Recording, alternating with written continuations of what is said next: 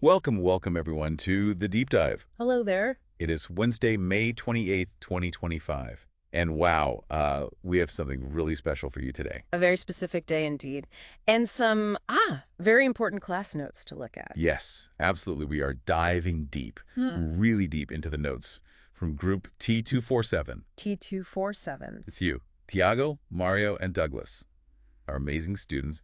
You're in the English Conversations course at Academia BSB. And doing great work at CEFRL Level A2. You are rocking it. Yeah. And today's notes, they're from a special class, a movie class. How cool is that? Very cool. You know, learning a language by watching movies. Mm. It's a fantastic way to learn. It feels real. Yeah, like immersive, like you're walking the red carpet into English fluency. Exactly, like attending a premiere. In Academia BSB, and they always talk about having the most up-to-date stuff, right? Mm-hmm. Well, these notes prove it. You watched a short film from this year, 2025. That's right. Luigi's Pizza, Part 2. Very current. It doesn't get more current. And the theme of the movie? How to overcome business hurdles. Yes. Big challenges. Problems to solve. It connects to real life, doesn't it? And it's a common theme in storytelling. In films. Oh, definitely. Think about all those movie heroes.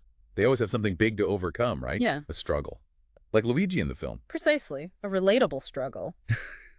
So what are we doing here today? Think of us as your personal analysts. We're here to guide you through the notes from that exciting movie class. Yeah. We're going to break down the important parts, help you see what really matters for your learning. This is our review, our deep dive into your class notes. We'll go section by section. Nice and slow. Make it super clear. Simple explanations. Highlighting the key takeaways for your A2 level. Ready? Okay. Let's unpack this. First section in the notes is Vocabulary. yes, vocabulary. The building blocks of language. Or maybe the ingredients for Luigi's Pizza. Huh. Good one. Yes. The essential ingredients. And your notes have words from today's movie class and some from before too. Still important. Let's begin with the words from the current class. Fresh from Luigi's Pizza, Part 2. Okay, I'll read the list from the notes.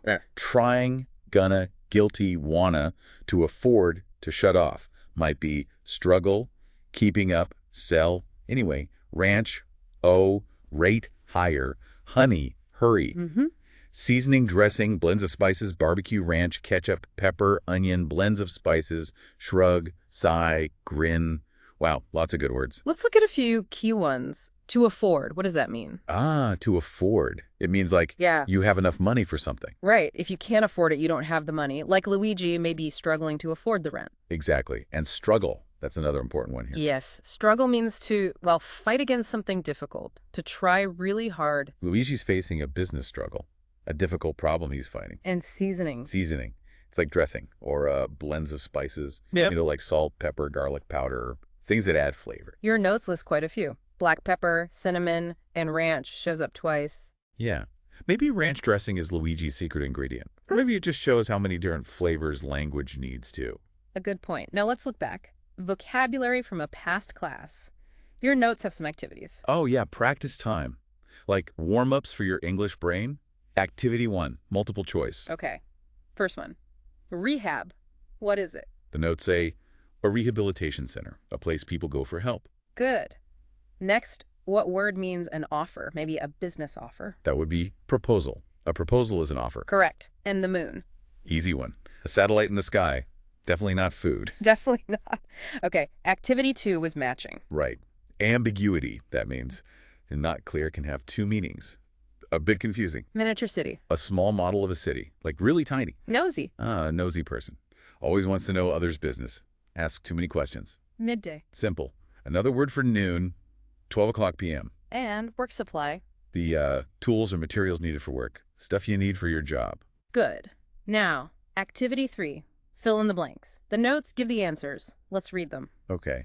He always tries to avoid conversations with that nosy neighbor. The company sent a new proposal last night. They met at noon to discuss the mission. She wore shorts and a skirt in her performance in the miniature city. He was prepared for the meeting because he took time to prepare. Oh, see? Prepared. To prepare. Different forms. Exactly. Good observation. Next, true or false. Purpose means the reason for something. That's true. Proposal is a type of business offer. Also true. Content is always something physical. No, false. Content can be ideas, information. like this analysis. Correct. To annoy means to make someone happy. False. Definitely false. Annoy means bother someone. Right. Downtown is usually the quietest place. False again. Downtown is usually busy, loud. Okay, last part here. Find and correct the mistakes. This is important. Yes. Shows common errors. First one. She avoids to talk with the boss. What's wrong? Two things. For she, the verb needs an S. So avoids. And after avoid, we usually use the ing form. So she avoids talking with the boss. Yeah. Got it. Next, the moon is a type of food. We know this one. Corrected. The moon is a satellite.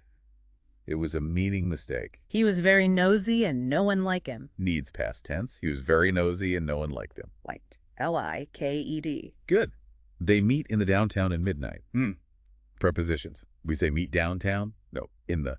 Yeah. And at for time. So they meet downtown at midnight. Perfect. Last one. His proposal was a purpose for the company. This is meaning again. A proposal isn't a purpose, it's an offer. Yeah. So his proposal was a business offer for the company. Excellent. You see, doing these exercises helps you use words correctly, like actors rehearsing lines so they don't make mistakes on stage. Exactly. Knowing the word is step one. Using it right. That's the goal. Okay, next up in the notes. Pronunciation. Getting the sounds right. Yeah. So important. Like an actor needs clear speech for the audience, right? Absolutely. Clear pronunciation helps people understand you easily. Your notes have lists for practice. First, from a past class. Okay, the list is rank, rent, road, route, rest, rate, hoof, hook, heat, herd, hate. Cardiologist, woke, actually something, promise, future, culture. Notice the R sound at the start of rank, rent, road. Practice that. And listen to the vowels. Heat has that long E sound. Hate has the long E sound. Small differences, big impact. Now let's practice sounds from the current class. From Luigi's story. We'll use the format, word, sentence, word again. Okay. First one, future. Learning English is important for my future. Future. We can learn about American culture by watching movies. Culture. Good one. Foot traffic. Luigi needs more foot traffic in his restaurant. Foot traffic. I wish. I wish Luigi's business was doing better. I wish. Sorry to hear that. When Luigi shared his problems, he said, sorry to hear that. Sorry to hear that. Nothing. It's on the house. Luigi gave them free pizza and said, nothing, it's on the house. Nothing. It's on the house. Nice. Off the charts. The pizza was so good, it was off the charts. Off the charts. All I have left is. Luigi felt sad, saying, all I have left is. All I have left is. And the last one. Where were we? We were talking about Luigi. Where were we? Where were we? Great practice.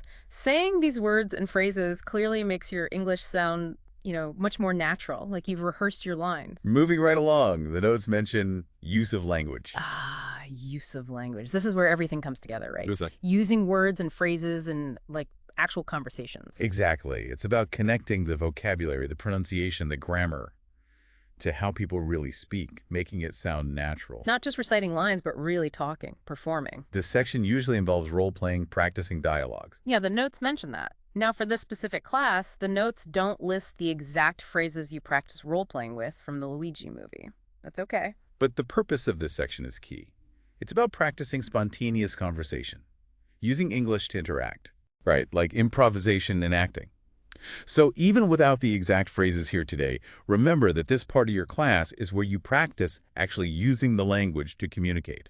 Super important. And speaking of important things, perhaps it's time for a short break. Good idea. Like a quick scene change. Don't go away. We'll be right back to dive into the rest of your amazing class notes.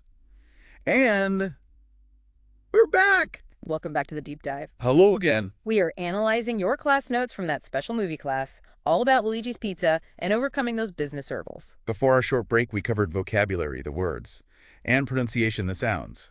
Yes, we're helping you pull out the key points from your notes, making it stick. And now, drum roll, please. The big one. Grammar. Yes, grammar. And the star today, the present perfect tense. The present perfect. A fascinating tense. Why? Because it creates a link, a bridge between the past and the present moment. Yeah. It shows how something in the past affects now or is relevant now, like Luigi's past actions impacting his business today. And how do we form it? We use have or has, plus the past participle of the main verb. Your notes give good examples, like, I've been to London many times. See, that talks about a life experience, something that happened in the past but is part of your experience now. Or, my father has traveled to a lot of places. Same idea. His life experience up to now includes traveling. We don't need the exact date. The notes also point out been versus gone. That's important. Oh, yeah. They've been to Hong Kong. Yeah. Means they went and they came back. Trip finished. Right. But they've gone to Hong Kong means they went and they are still there now. Trip is not finished. Big difference. Your notes also say we use present perfect with ever and never, usually for life experiences, right? Exactly. Like asking, have you ever ridden a horse? Asking about any time in your whole life. And the answer might be, no, I haven't. Or, no, I have never ridden a horse. And notice wherever and never go, between have or has and the past participle. The notes even have that great quote from Albert Einstein. Anyone who has never made a mistake has never tried anything new. So true. For science, for movies, for learning English. Very true. Trying is key. The notes also show present perfect with words like recently, lately, Yeah. so far, before. These connect the recent past to now. I haven't seen him recently. Means in the short time up to now. Nothing interesting has happened so far means up to this exact moment. And also with time periods that aren't finished yet. Like today, this week, this month. I've been very busy today. Today isn't over yet, so from the morning until now, busy. She's only sent 2 emails this month. The month is still going on. Now, the notes also introduce the present perfect continuous. Right. This one often emphasizes the action itself. Maybe it was uninterrupted. Started in the past, continues to now, or just stopped. It's formed with have or has plus been plus the verb ending in ing. Example. It's been raining for hours. Started raining, still raining. Focus on the continuous rain. Or, I've been studying all morning, emphasizes the continuous activity of studying. Your notes mention Unit 30, which compares the simple and continuous forms, especially with for and since. Yes. Some verbs like know or have, meaning possession, usually use the simple form. I've known him for years, not been knowing. But other verbs like live, work, study, you can often use either simple or continuous with for or since. How long have you lived here? Or how long have you been living here? Both are common. The meaning is very similar. The notes had that good example with play, though, remember? Ah, yes. They've been playing tennis for an hour. Means they are playing right now, continuously. But they've played tennis since they were children. Means they started the sport back then, not that they played nonstop. A subtle but important difference in focus. And don't forget, for he, she, or it, always use has. Right. Has he finished? She hasn't called yet. Your notes have exercises for Unit 30. Doing those exercises is really important practice. It helps check your understanding. Like practicing a scene over and over until you get it right. And remember those find and correct the mistakes activities. They apply to grammar too. Getting the have or has right. Using the correct past participle. Using for or since correctly. Yeah, those details matter. Like in a movie, one wrong word in the script can change everything. Getting the grammar right makes your English clear and strong. A solid structure for your communication. And speaking of movies... Next section, watching. Watching movies, news, TV shows. It's so important for language learning. Oh, totally. It's like getting a front row seat to real English. You hear natural speech, different accents. You see the culture. It's learning through immersion. Seeing the language used in context. It's not just books, it's the real world. Like an actor, you're going to live somewhere to prepare for a role. And your notes have a specific task here. Yes, the command. Watch this. Referring to Luigi's Pizza Part 2. So it's not just relaxing and watching, it's active watching. Studying. Exactly. You watch the story Luigi's Problem, the theme of overcoming hurdles, but you also pay close attention to the language. How do they talk? What words do they use? Ah! How do they use the present perfect we just talked about? Watching becomes a dynamic way to see vocabulary, pronunciation, and grammar all working together. It really helps you understand how English tells a story, and that helps you tell your own story, which leads perfectly to... Writing. Yes, writing. Putting your own thoughts down in English, that's a big step. The goal here is to become a storyteller yourself. And the exercise in your notes is brilliant for this. Imagine you are Luigi after the movie ends. Yeah. Write his story. What happens next? Use I. How does he feel? What are his plans? It's great practice for expressing yourself. And the notes suggest using those bonus expressions like, to be honest, or when life gives you lemons, make lemonade. Ooh, using those makes your writing sound more natural, more like real dialogue. The notes show the first drafts from Tiago, Mario, and Douglas. It's fantastic to see your different ideas. Totally.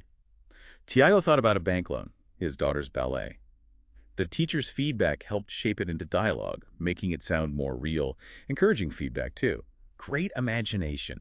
Sound natural. Mario imagined a really happy ending. Help fixing the laptop, success, ballet future secure, even a new house.